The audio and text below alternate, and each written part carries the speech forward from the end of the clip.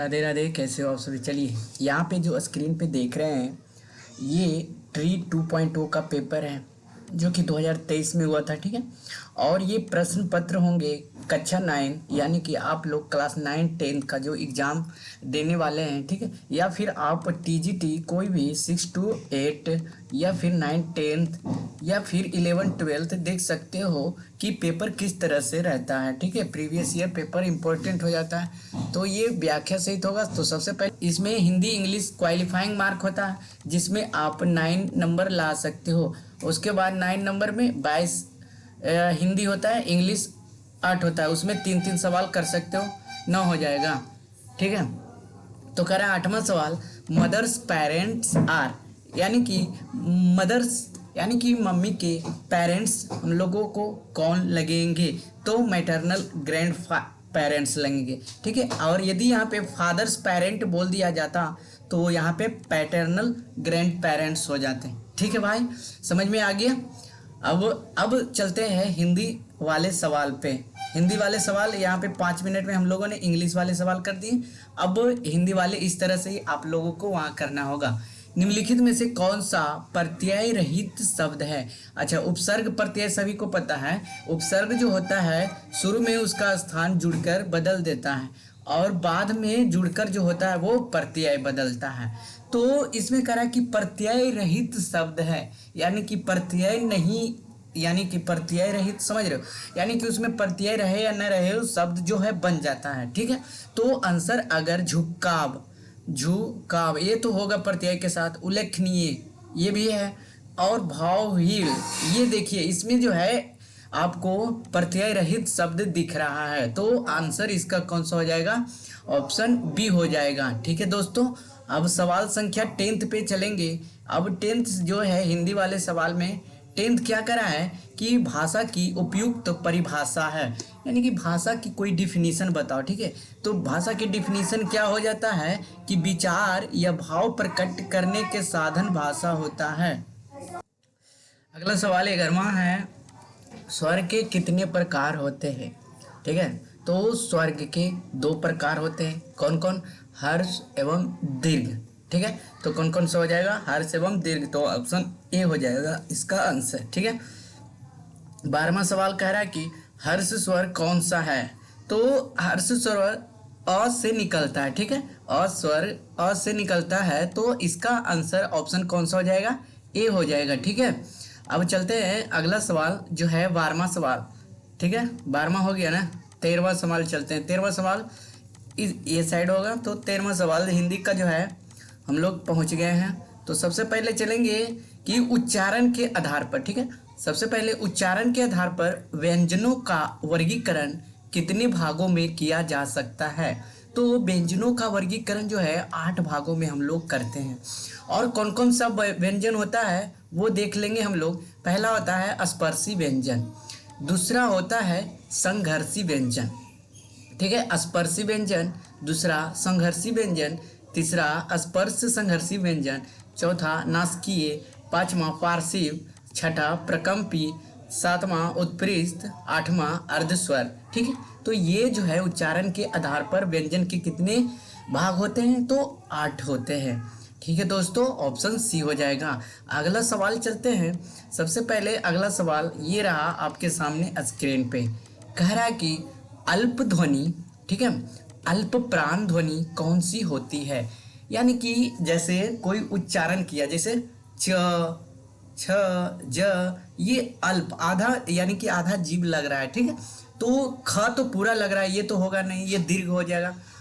च ये हो जाएगा अल्प, छ अल्प प्राण। ठीक है, तो इसमें आंसर हमारा च हो जाएगा। ठीक है, छ थोड़ा सा ज्यादा हो जाता है दीर्घ की तरह, तो अल्प प्राण में हमारा जो है पहला और तीसरा और 5वां वर्ण आता है। कौन कौन आता है, तो फर्स्ट यानी कि च आ गया, क आ गया और ज आ गया, ये सब क्या हो जाएगा, नहीं ज नहीं होगा। ठीक है, त हो जाएगा, है ना, त हो जाएगा।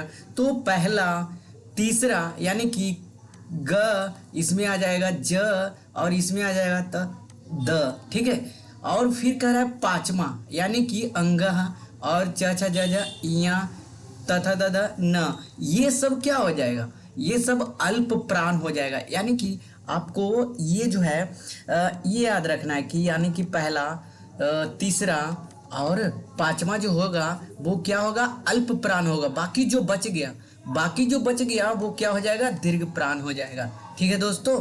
आइए तो अगला सवाल ये रहा 15वां सवाल। 15वां सवाल करा कि घोष ध्वनि कौन सी है। घोष्ट ध्वनि, घोष्ट नहीं, यहाँ पे घोष ध्वनि होगा। ठीक है, यहाँ पे घोष्ट ध्वनि है। ठीक है, यहाँ पे घोष ध्वनि जो है दिए गए विकल्प में सबसे पहले जानेंगे कि ये जो है ग, ज और घ, ये सब घोष ध्वनियाँ हैं। क्या है, घोष ध्वनियाँ हैं। यानी कि प्रत्येक वर्ग का तीसरा यानी कि थर्ड और फोर्थ और फिफ्थ स्थान वाले वर्ण कौन कौन, थर्ड, फोर्थ और फिफ्थ वर्ण वाले जो होगा वो क्या कहलाएंगे, सारे स्वर्ण वर्ण होते हैं। और य, र, ल, व और ह ये सब क्या है, घोष वर्ण हैं। तो ये सब क्या हो गया भाइयों, ये हो गया स्वर वर्ण। और इसका तो पूछा क्या है, घोष ध्वनियाँ कौन सी होंगी।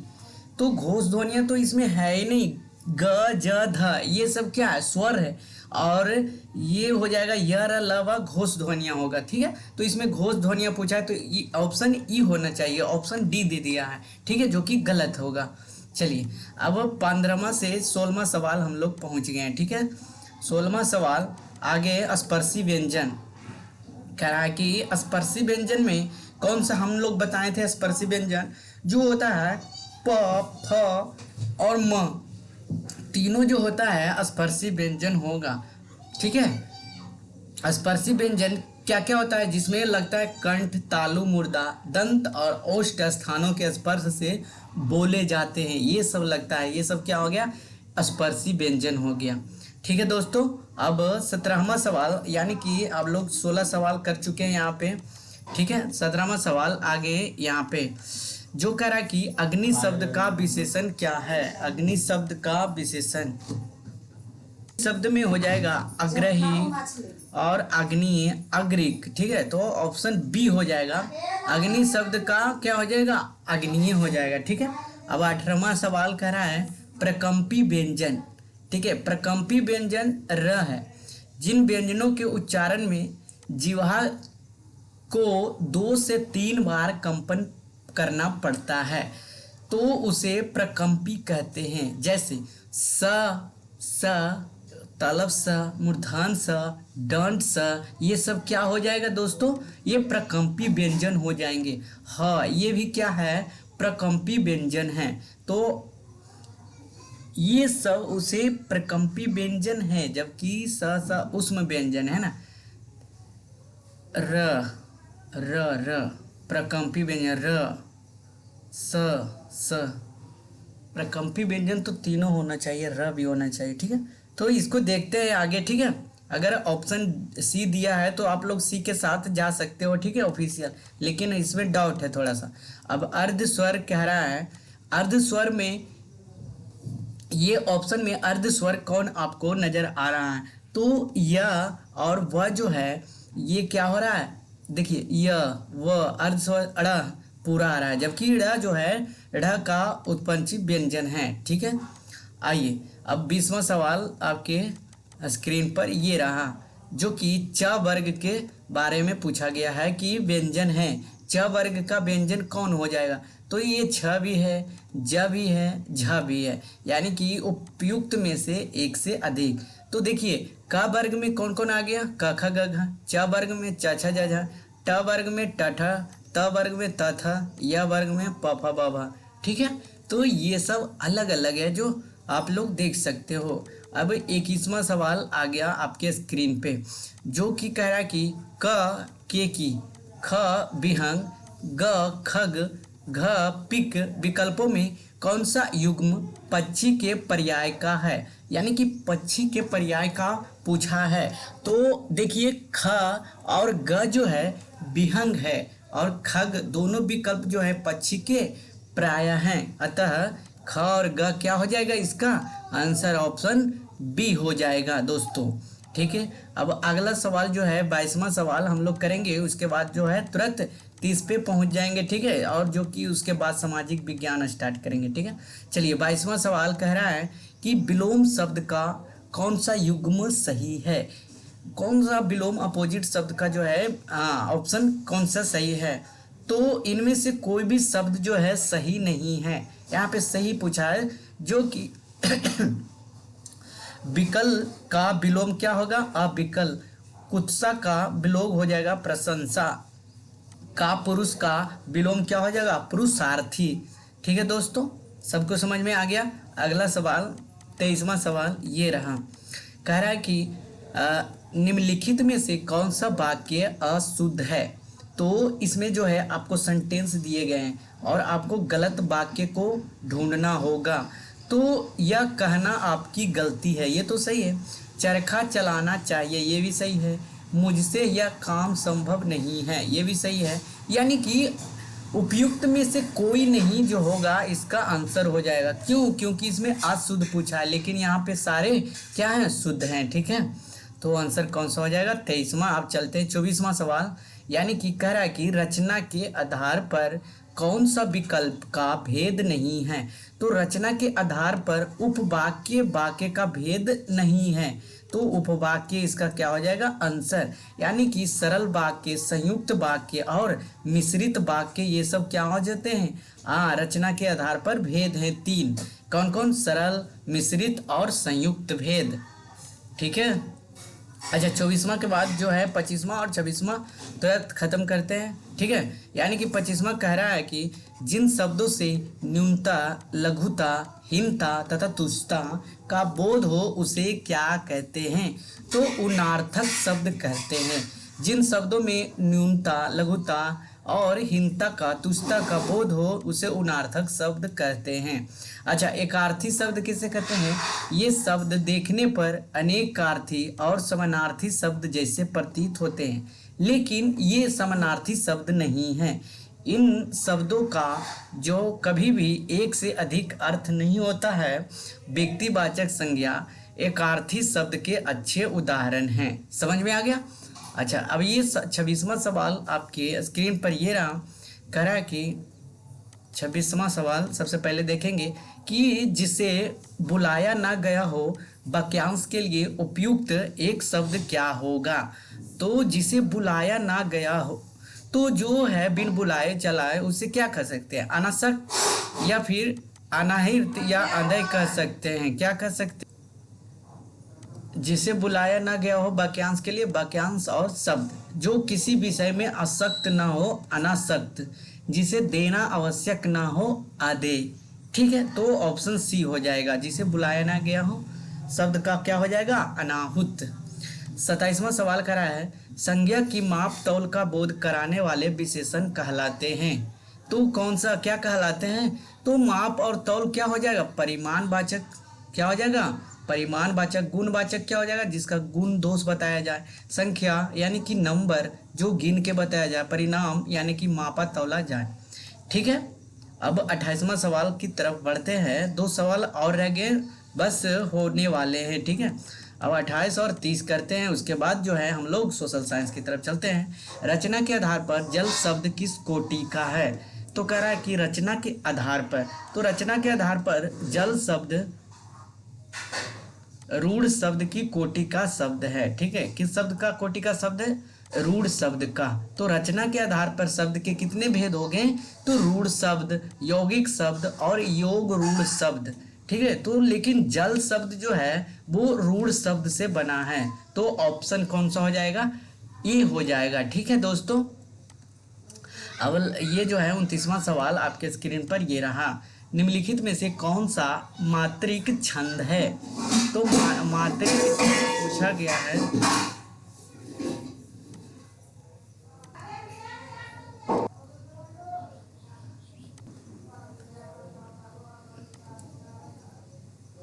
दिए गए विकल्प में दोहा और सोरठा मात्रिक छंद हैं। कौन सा हो जाएगा, दोहा और सोरठा, तो उपयुक्त में से एक से अधिक हो जाएगा। ठीक है, अब लास्ट और जो है हिंदी का चलते हैं, उसके बाद सोशल साइंस पे चलते हैं। ठीक है, अब कह रहा है कि उदित करा उदित उदयगिरी, मंच पर रघुवर वाल पतंग, बिकसे संत सरोज सब, हर्षे लोचन भृंग। उपयुक्त दोहे में कौन सा अलंकार है? तो ये रूपक अलंकार है, ठीक है। यानी कि इस दोहे में रूप का अलंकार होगा जब किसी पद में उपमान और उपमेय का कोई भेद न रह जाता हो, अर्थात उपमेय अपमान का निषेध रहित आरोपण कर दिया जाता है, वो क्या कहलाता है? रूप। पार्ट 2 में कह रहा है कि ये 31 सवाल, यहाँ पे आपको जो है 8 सवाल मैथ के दिखेंगे, ठीक है। और यदि आप मैथ सवाल कर रखे हो पहले से तो वीडियो आगे बढ़ा सकते हो, ठीक है।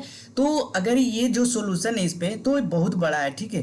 तो किस तरह से हम ऑप्शन से करेंगे वो सिखाएंगे। तो यहाँ पे कहा है सबसे पहले जो दिया गया है वो नोट कर लेंगे, ठीक है। यानी कि गिवन, अच्छा मैं जो बात करता हूँ ये 5 बल्लों यानी कि बैट्स प्लस 18 गेंद, यानी कि इसको गेंद को जी से कर लेते हैं, ठीक है। यानी कि कीमत कितना बोला गया है? 6500। चलो इतना ही हम करते हैं, ठीक है। और ये जो है 2 बल्लों को और 20 गेंदों को, ठीक है, यानी कि गेंद को जी से 4200। चलो ये ठीक है 65, यानी कि ये 13 से मल्टीपल होगा, यानी कि 13 का मल्टीपल ऐसा ढूंढो कि कट जाए। 13 13 26 13 65, ये नहीं कर रहा। चलो हम ऑप्शन से रखते हैं, ठीक है। ऑप्शन ए को ये जो छोटा वाला है इसको में रख सकते हैं, क्यों? 18 से मल्टीपल करेंगे तो बड़ा बड़ा हो सकता है। तो सबसे पहले यदि हम बॉल की कीमत, एक बल्ला की कीमत 850 लगाते हैं तो 2 बल्ले की कीमत कितना हो जाएगा? 8 दूनी 16 1700 प्लस 20 गेंद की कीमत 125 रुपया, यानी कि एक गेंद की कीमत 125, तो 20 गेंद की कीमत कितना हो जाएगा? यानी कि इसको मल्टीप्लाई कर दो, 5 दूनी 10 12 दूनी 24 1 25, यानी कि 2500 हो जाएगा। अब जोड़ दो 2500 प्लस 1700 कितना होता है? 0 0 5 2 7 5 12 3 1 4 4200 आ गया। यानी कि ऑप्शन ए जो है हमारा फिट बैठ रहा है, ठीक है दोस्तों। इस तरह से करना था तो आप इस तरह से कर सकते हो, ठीक है। और यहाँ पे सॉल्यूशन भी दिया गया है जो कि आपको इसका पीडीएफ जो है हम टेलीग्राम चैनल पे दे देंगे, ठीक है। अगला सवाल इसी के साथ, ये जो है एक दुकानदार, ठीक है, किसी वस्तु को 615 रुपया में यानी कि खरीदता है, इसका कॉस्ट प्राइस कितना पड़ गया? 615 रुपया, और इसको सेलिंग प्राइस कितना पड़ गया? 820 रुपया। तो प्रॉफिट परसेंटेज कैसे निकालते हैं? तो एसपी माइनस सीपी बटा 100, ठीक है। ये 100 बटा नहीं होगा, ये कॉस्ट प्राइस होगा, ठीक है। यानी कि सीपी पे लगता है इंटू 100, ऐसे होता है परसेंटेज।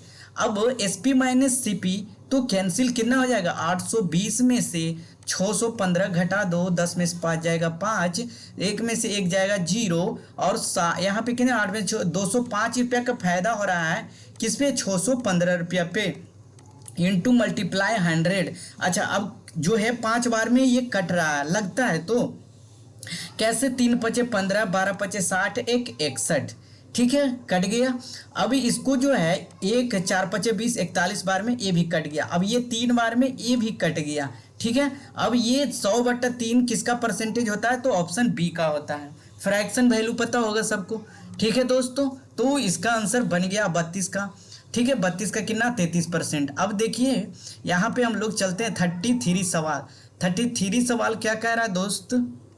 एक बैंक एटीएम में, ठीक है, एटीएम पिन के पहले 2 अंक 3 से 8 तक है और चौथी अंक 0 या 9 होगा।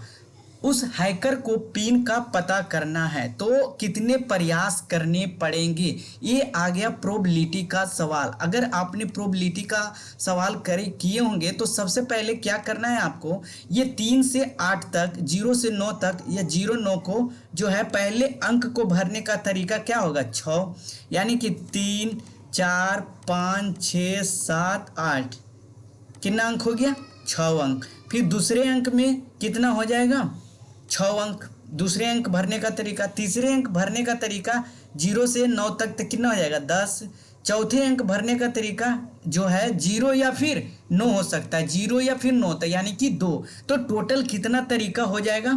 तो 6 × 6 × 10 × 2 बराबर 720। तो उसको जो है 720 प्रयास करने पड़ेंगे। कितने प्रयास करने पड़ेंगे? तो 720 इसका आंसर हो जाएगा, ठीक है दोस्तों। कितना हो जाएगा? 720। अगला सवाल क्या कह रहा है, यानी कि 34 सवाल चलते हैं। ये 34वां सवाल जो है, the length of a two sides triangle are sorry एक त्रिभुज की दो भुजाओं की लंबाई 8 सेंटीमीटर और 9 सेंटीमीटर है, तो इसका क्षेत्रफल क्या हो जाएगा। यानी कि a बराबर 8, b बराबर 9 मान लेंगे। ठीक है, तो अगर क्षेत्रफल की बात किया जाए, ठीक है, सही है, अच्छा है ना, पेन तो चेंज हो ही गया। ये चलो, पेन कह रहा है कि माना कि तीसरी भुजा कैसे हो जाएगा। तो त्रिभुज का क्षेत्रफल डायरेक्ट फॉर्मूला क्या होता है, सबसे पहले पेरीमीटर अर्ध परिमाप निकालते हैं, तो a प्लस बी प्लस सी निकाल लोगे, तो 9 8 प्लस सी निकाल के 17 प्लस सी, और फिर ये हीरोज फॉर्मूला लगा दोगे तो under root s into s minus a s minus b, सबको पता है इतना आएगा। तो कितना निकल के आ जाएगा, ये अगर करोगे तो 7 सेंटीमीटर। ठीक है, तो अभी इतना मतलब टाइम नहीं है, इसलिए जो है आप लोग देख लोगे। अच्छा, कह रहा है अगला सवाल, यानी कि मेन मकसद यहाँ पे सवाल देखना किस तरह से सवाल आ रहा है। ठीक है, आपको जो है, हाँ, 50 संख्या दिया गया है, प्रत्येक संख्या को 53 से घटाया गया है, और इस तरह प्राप्त संख्याओं का माध्य -3.5 दिया गया है। तो दी गई संख्याओं का माध्य कितना होगा। यानी कि जो प्रत्येक संख्या को जो 53 से घटाया गया, तो माध्य 3.5 निकल के आया। और इसी तरह से यदि आप 50 संख्याओं का माध्य निकालोगे तो किस तरह से निकालोगे। ठीक है, तो पहले 3.5 किसका जो आ गया, 50 संख्याओं का योग माइनस 53 संख्याओं का 50 इंटू करके इस तरह से आप कर लोगे। तो 3.5 तो दिया गया है, ठीक है, मल्टीप्लाई करोगे तो 50 संख्याओं का योग 2650 प्लस 175 जो हो जाएगा, दी संख्याओं का योग इतना निकल के आ जाएगा। ठीक है दोस्तों, कह रहा है 30 सवाल, दो भाइयों की उम्र का अनुपात 4:3 है। यदि बड़ा भाई छोटे भाई से 6 वर्ष बड़ा है, तो दोनों भाइयों का उम्र यानी कि 4:3, डिफरेंट कितना है, एक का। कह रहा है 6 वर्ष बड़ा है, तो 6 का मल्टीप्लाई कर देंगे तो ये हो जाएगा 18, ये हो जाएगा 24। अब हो जाएगा तो दोनों भाइयों की उम्र कितनी हो जाएगी, तो 24 18, ऑप्शन ए हो जाएगा। ठीक है दोस्तों, 36 अब 37 सवाल क्या कह रहा है, दी वैल्यू ऑफ ये सवाल मज़ेदार है। ठीक है, यानी कि आपको क्या करना है, कुछ नहीं, तो इसको एलसीएम में पहले ले लोगे। ठीक है, तो कितना आएगा, सबसे पहले एलसीएम करोगे तो 1/2, अगर आपको करना नहीं आता तो पहले 2 ले लेंगे, तो 1 का मल्टीप्लाई 2 माइनस 1, देखो ये 2/2 माइनस 1/2, कुछ बिगड़ा नहीं, 1 माइनस 1/2 आ गया। ठीक है, तो आपको कुछ नहीं करना है, क्या करना है, 1/2, ये तो कैंसिल हो गया, सबसे पहले इसमें लिख देंगे 1/2, घटा के कितना आ जाएगा, 2 में से 1 जाएगा तो 1/2 आ जाएगा। फिर कितना आ जाएगा, मल्टीप्लाई है तो 3 में से 1 जाएगा 2/3, फिर 4 3/4, ये जो है नीचे वाले हर जो है कैंसिल होते जाएंगे, कहाँ तक, इन्फिनाइट तक। तो n इंटू n-1, तो n-1/n कौन कैंसिल होगा, तो n-1 ये वाला नीचे आ जाएगा, यहाँ पे जरूर आएगा n-1। ठीक है, ठीक है, n-1 हो जाएगा, तो कितना हो जाएगा कैंसिल, तो कितना आंसर आ जाएगा हमारे दोस्तों, तो 1/n आ जाएगा। ऑप्शन क्या आ जाएगा, ऑप्शन, हाँ, ऑप्शन आ जाएगा बी। ठीक है, ऑप्शन बी आ गया। तो इस तरह का सवाल अगर दिख जाए आपको दोस्तों, तो क्या करोगे आप लोग, यानी कि 1/n मार के आओगे। ठीक है, क्या मार के आओगे, 1/n। अगर अंक भी आपको दे दिया जाए तो घबराना नहीं है, आपसे हो जाएगा। ठीक है, चलिए क्या कर रहा है, 38 सवाल, ये लास्ट है मैथ का। ठीक है, क्या कर रहा है, मूलो माइनस यानी कि -1 माइनस है नहीं 1 और 4 के द्विघात समीकरण, तो किससे आएगा, तो पहले चेक कर लेते हैं, -3 -4 यानी कि 4, तो 2 दूनी 4, 4 माइनस x² -4x + 1x - 4। ठीक है, 4x आ जाएगा, घट के -3, x कॉमन ले लेंगे, x - 4। अगर इसको मैं +1 कॉमन लिए तो प्लस माइनस कितना हो जाएगा, माइनस, यानी कि x - 4 और x + 1, हाँ, तो ये -1 लिया गया, तो ऑप्शन ए हो जाएगा आंसर इसका। ठीक है दोस्तों, आ गया। अब आ जाइए यहाँ पे। ठीक है, कहाँ पे, 39 सवाल क्या कह रहा है, the sun observation point Aditya L1 यानी कि आदित्य, यहाँ से अब जीके 8 जो होगा करेंट अफेयर से साइंस से सवाल होंगे, ठीक है। 8 सवाल जो होंगे अब साइंस के होंगे। कह रहा है कि आदित्य L1 उपग्रह का सूर्य अवलोकन बिंदु कितना होगा। आदित्य L1 करेंट अफेयर से जुड़ गया सवाल। तो आइए आदित्य L1 के बारे में जानते हैं। यह जो है आदित्य L1 है सूर्य का, ये सूर्य के अध्ययन करने वाला पहला अंतरिक्ष आधारित मिशन है। ये जो PSLV C-55-7 रॉकेट का उपयोग करके कब छोड़ा गया था, तो 2 सितंबर 2023 को प्रक्षेपित किया गया था। कहाँ से किया गया था, तो इसरो के साथ। इसरो कहाँ है, अंतरिक्ष धवन कहाँ है बताइए। और ये PSLV के कैमे चरण थे, तो ये 4th चरण थे, ठीक है। समझ में आ गया भाई। 40वां सवाल कह रहा है कि ये जो अदरक एक भूमिगत तना है, सभी को पता है कि अदरक जो है भूमिगत तना है एवं जड़ नहीं है। क्या नहीं है, रूट नहीं है। और आपको इस तरह से भी सवाल पूछ दिया जाएगा कि अदरक एक तना है या जड़ है, तो आप लोग वहां कब क्या करोगे, तना है जड़ नहीं है, ठीक है। क्यों, ऐसा क्यों है, रूट क्यों नहीं है, तो ये हो जाएगा क्या, more than one of the above. क्यों होगा भाई, क्योंकि जो है अदरक एक क्या है, भूमिगत तना है। क्योंकि इसमें गांठ एवं पर्व होते हैं। जो पौधे के तने का वह भाग जो भूमि के अंदर पाया जाता है वो भूमिगत तना कहलाता है। और ये तने में जो होता है पर्व, संध्या, पर्णय, कलाकाएं तथा सल्क पत्र पाए जाते हैं। जैसे छोटा छोटा महीन महीन सा सोरा निकल जाता मूली में, तना में। अदरक में देखते होगे टेढ़ा मेढ़ा जिंजर टाइप का, इधर से निकल गया फिर इधर से निकल गया, तना के टाइप के निकलता है, ठीक है, बहुत सारे एक ही में। तो जैसे हल्दी हो गया, अदरक हो गया, केला आदि, ये सब क्या हो गया, हाँ ठीक है। चलिए कोई बात नहीं। 41 सवाल फोकल लेंथ आ जाइए, ठीक है। फोकल लेंथ बहुत ही अच्छा सवाल है, पूरा आ जाओ सवाल, थोड़ा सा मैनेज कर, चलो। हाँ, कह रहा है कि एक उत्तल लेंस की फोकस दूरी FL 10 सेंटीमीटर है। पानी में इसे डुबाने पर कार्य क्या करेगा जब पानी में। अब सबसे पहले देखेंगे कि ये कॉन्वेक्स लेंस है। कॉन्वेक्स लेंस में क्या फॉर्मूला होता है, तो कॉनकेव में होता है 1/v प्लस 1/u बराबर 1/v प्लस 1/u बराबर 1/f होता है। लेकिन यही कॉन्वेक्स में क्या हो जाता है, 1/v माइनस 1/u बराबर 1/f हो जाता है, माइनस हो जाता है।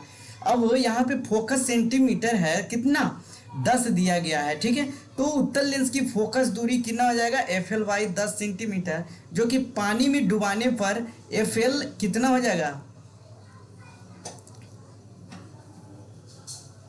तो ये जो होगा डेंसिटी पे डिपेंड करेगा। पानी में डुबा रहा है तो पानी में इसे डुबाने पर, अब कॉनकेव लेंस जो होगा 10 सेंटीमीटर से इसका डेंसिटी ज़्यादा होगा तो वह डूब जाएगा, डूबेगा ना। पानी के घनत्व ज़्यादा होगा तब ना, तो पानी का घनत्व ज़्यादा होगा किससे, 10 सेंटीमीटर से, ठीक है।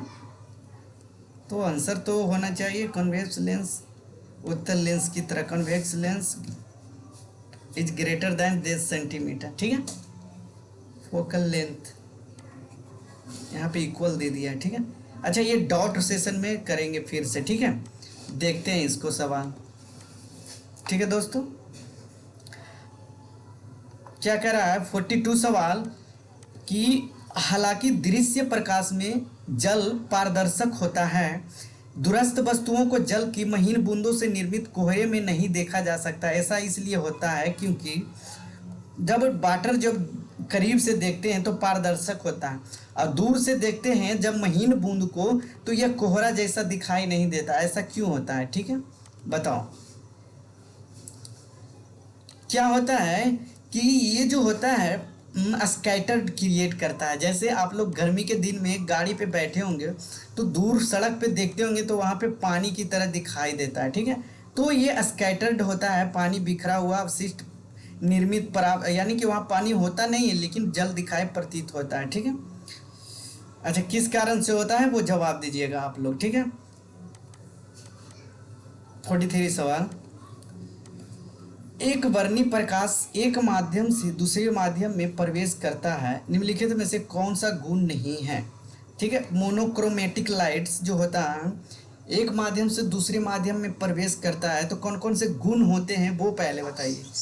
तो इसका एम्पलीट्यूड और वेग, ठीक है, होता है, लेकिन फ्रीक्वेंसी इसका बदलते रहता है। ठीक है भाइयों, अगर आपको पूछ दिया जाए कि एक माध्यम से दूसरे माध्यम में जाने पर कौन सा चीज़ नहीं बदलता है, तो एम्पलीट्यूड और इसका वेग नहीं बदलता, लेकिन फ्रीक्वेंसी इसका बदलते रहता है। तो ये जो है गुण नहीं है इसका, फ्रीक्वेंसी ये हो जाएगा। ठीक है भाई, क्या कह रहा है देख लेंगे एक बार।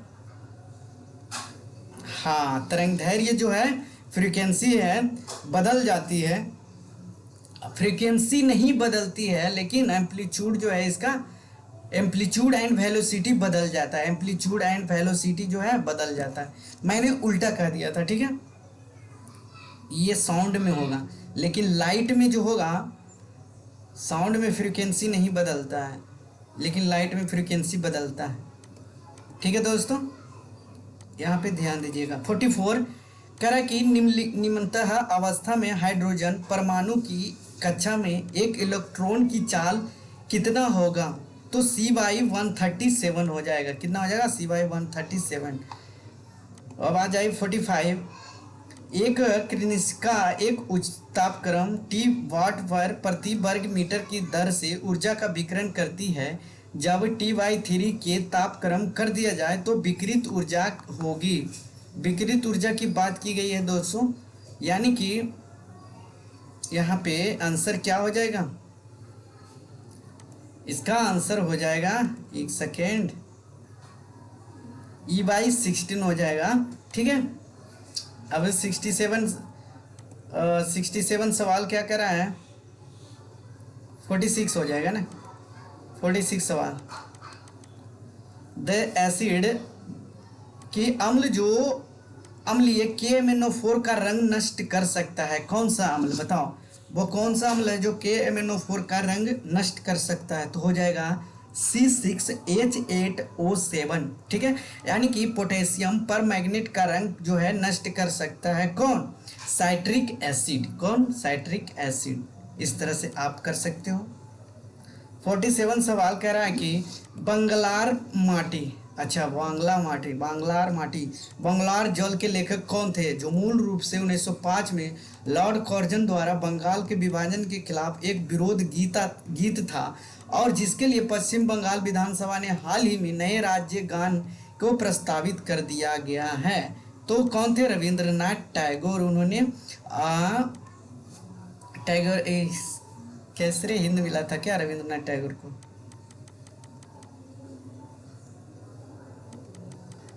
अमार सोनार के लेखक भी रविंद्रनाथ टैगोर हैं, और जन गण मन वही लिखे हैं। ठीक है, who is the architect of the new parliament of India building inaugurate? ये आगे करेंट अफेयर 8 सवाल पीछे तो, ठीक है, यानी कि करेंट अफेयर अभी 8 सवाल चल रहे हैं। एक सवाल कर लिए, एक सवाल ये, इसमें जो होगा कि अभी कौन किया था? बिमल पटेल किया था। ठीक है, कौन था? बिमल पटेल। ठीक है, और कौन लिया था? टाटा वाला। यहाँ पे देखिए, नए संसद भवन का बिमल पटेल था तथा संसद भवन का निर्माण टाटा प्रोजेक्ट ने करवाया था। 49 सवाल कह रहा है कि 76वें कांस फिल्म महोत्सव मई 2023 किया गया। इस क्या किया गया? प्रदर्शित किया गया था फिल्म, एक फिल्म। वो कौन सा फिल्म था? किसकी फिल्म थी बताओ?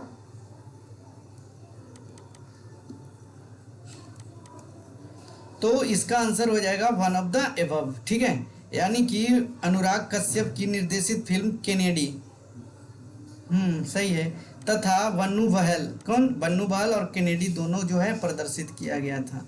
अच्छा, अगला ये 56 सवाल, यानी कि 50 सवाल, 50वां सवाल आगे हम लोग। अजाली ओस्मानी, जिन्होंने अफ्रीकी संघ के वर्तमान अध्यक्ष के रूप में नई दिल्ली G20 शिखर सम्मेलन में, अच्छा करेंट अफेयर तो चेंज होते रहता है ना, तो करेंट अफेयर हम लोग छोड़ देते हैं। ठीक है दोस्तों, आ जाते हैं यहाँ पे,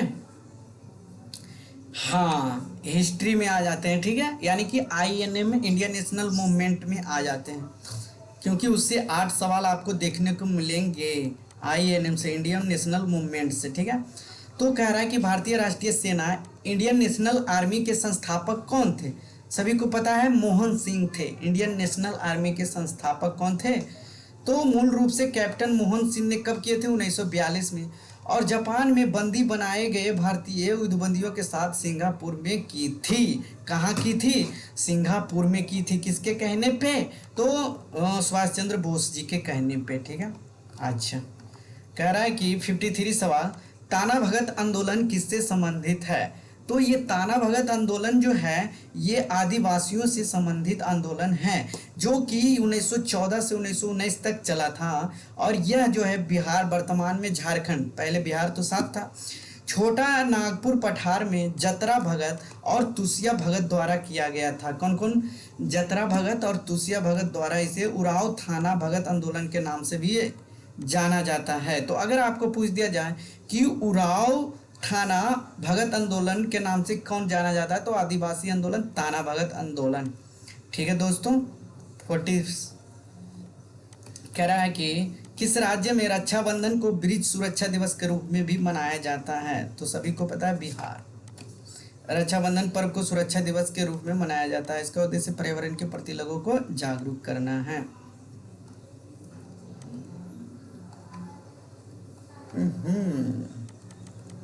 आ जाओ 55 निम्नलिखित में से किस राज्य में काली मिट्टी पाई जाती है? तो कर्नाटक में भी पाया जाता है और गुजरात में भी पाया जाता है। देखते हैं इसका आंसर, शायद क्या सही है। चलो, काली मिट्टी महाराष्ट्र के, कर्नाटक, गुजरात, मध्य प्रदेश, तमिलनाडु, आंध्र प्रदेश, यानी कि सभी में पाया जाता है। ठीक है दोस्तों, घबराने वाली बात नहीं है। 56 सवाल, भारतवर्ष में वनस्पति एवं जीवों की कितनी प्रजाति पाई जाती है? तो भारतवर्ष में वनस्पति एवं जीवों की कितनी प्रजाति पाई जाती है? बताओ, टोटल कितने प्रजाति पाए जाते हैं? तो हो जाएगा इसका आंसर 181,000 स्पेसीज फौना का एंड 47,000 स्पेसीज फ्लोरा का पाया जाता है। ये फ्लोरा एंड फौना समझते हो ना भाई? फ्लोरा एंड फौना ये हो जाएगा ह्यूमन बींग्स, ये हो जाएगा वनस्पति। ठीक है, प्रजाति वनस्पति की, और ये जीव हम सब हो गए हैं, और ये पेड़ पौधा हो गया। ठीक है। अगला सवाल 57 कह रहा है कि खनिज में निम्नलिखित में से किस चट्टान के स्तर में जमा होती है? तो किस में होता है भाइयों? तो ये खनिज विभिन्न प्रकार के सेल से बना होता है। कुछ खनिज जो हो अग्नीय सेल में पाए जाते हैं और कुछ कायांतरित में पाए जाते हैं। ठीक है दोस्तों, जबकि अन्य अवसादी शैले में पाए जाते हैं। अग्नीय चट्टान में प्रमुख रूप से लोहा, निकेल, तांबा, सीसा तथा क्रोमाइट पाया जाता है। और रूपांतरित चट्टान में कौन पाया जाता है? फाइलाइट, ईस्ट, नीस, कर्वजाइट। भाई ऐसे नहीं पढ़ा है। ठीक है, तो इसका answer more than one of the above हो जाएगा। चलिए 58 सवाल कह रहा है कि निम्नलिखित में से कौन सा फलीदार फसल है? तो ये ऑप्शन दिया गया है दलहन, ज्वार, मिलेट। तो कौन सा फलीदार फसल है बताएंगे? तो ये इसका आंसर कौन सा हो जाएगा? पल्स, दलहन हो जाएगा। ठीक है। अगला क्या कह रहा है? 60वां सवाल पहुंच गए ना। चलो 59वां सवाल, निम्नलिखित में से कौन से दो चरम स्थान पूर्व पश्चिम गलियारे से जुड़े हैं? पश्चिम गलियारा समझते हो ना? सिलचर से पोरबंदर पश्चिम गलियारा।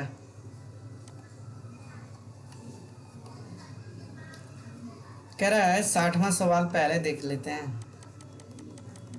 बहुत ही अच्छे सवाल है। सेटेलाइट एवं स्टेलोगोमाइट स्थलाकृत बनती है, किससे बनती है? तो बर्फ द्वारा। ठीक है, ये याद रखिएगा।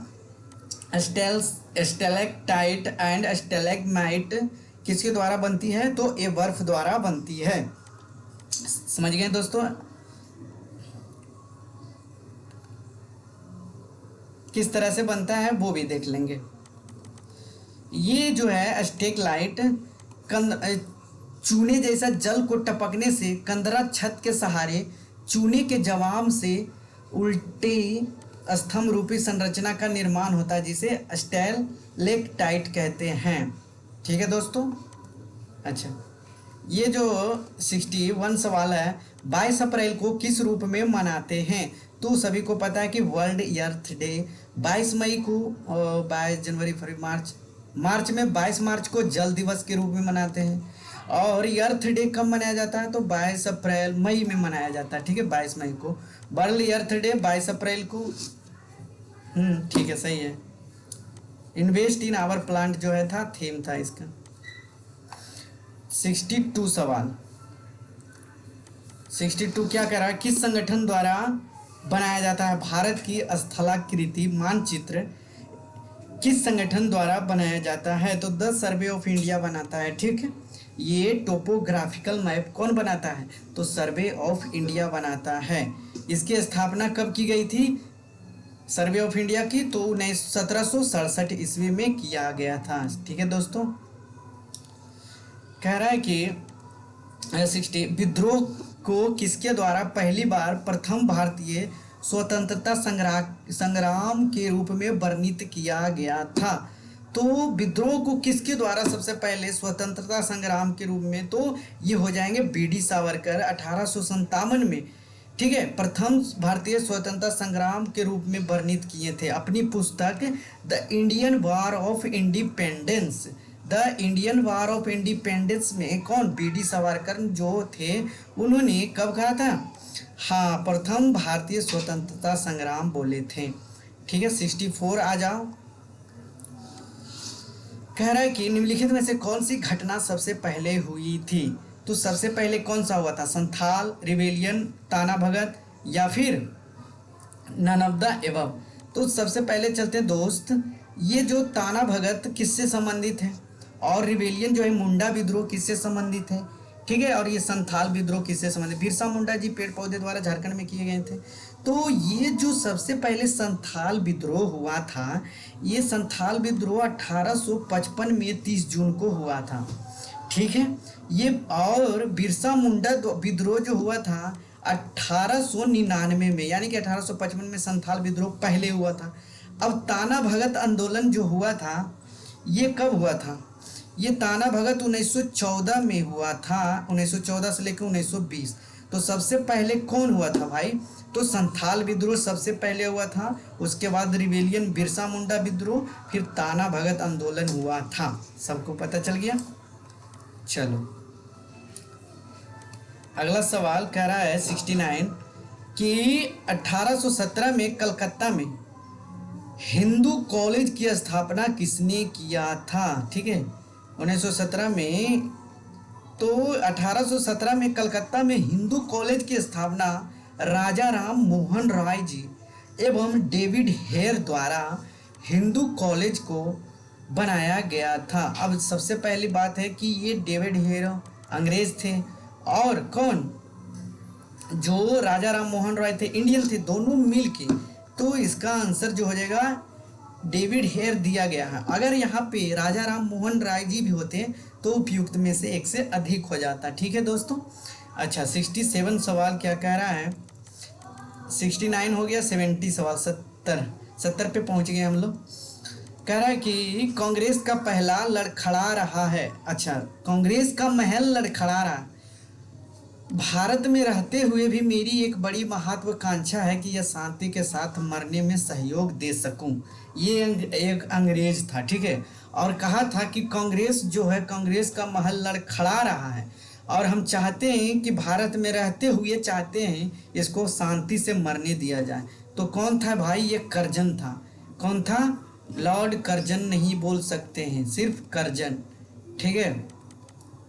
कब बोला था? और जो इसका शासनकाल जो था 1899 से 1905 तक था जो है। हाँ, लॉर्ड कर्जन का शासन था और यही कहा था लॉर्ड कर्जन, बेवकूफ। चलो अब 71वां सवाल पे आ गए हैं हम लोग, ठीक है। कह रहा है कि किस हड़प्पा स्थल से लकड़ी को कुरेद कर नाली बनाने का साक्ष्य मिलता है? चलो बताओ। तो कहाँ से मिलता है? कालीबंगा से मिलता है, ठीक है। लकड़ी से कुदेर कर एक जो है नाला बनाया गया है। ऐसा कहाँ मिलता है? काली लल्ली कालीबंगा में, ठीक है। अच्छा, हम लोग ने पार्ट 2 स्टार्ट कर दिया शायद, ठीक है। हाँ, पार्ट 2। तो पार्ट 2 का क्वेश्चन नंबर 2 कर लिए। पार्ट 1 का ख़त्म हो गया। अब पार्ट 2 का हम लोग जो है यहाँ पे सवाल करेंगे। सबसे पहले पहला सवाल ये रहा हिस्ट्री से। अच्छा, जो विद्यार्थी हिस्ट्री के हैं तो पार्ट 3 में हिस्ट्री का जो है पेपर दे सकते हो, ठीक है। तो जल्दी जल्दी से पढ़ लेते हैं हिस्ट्री वाले पेपर।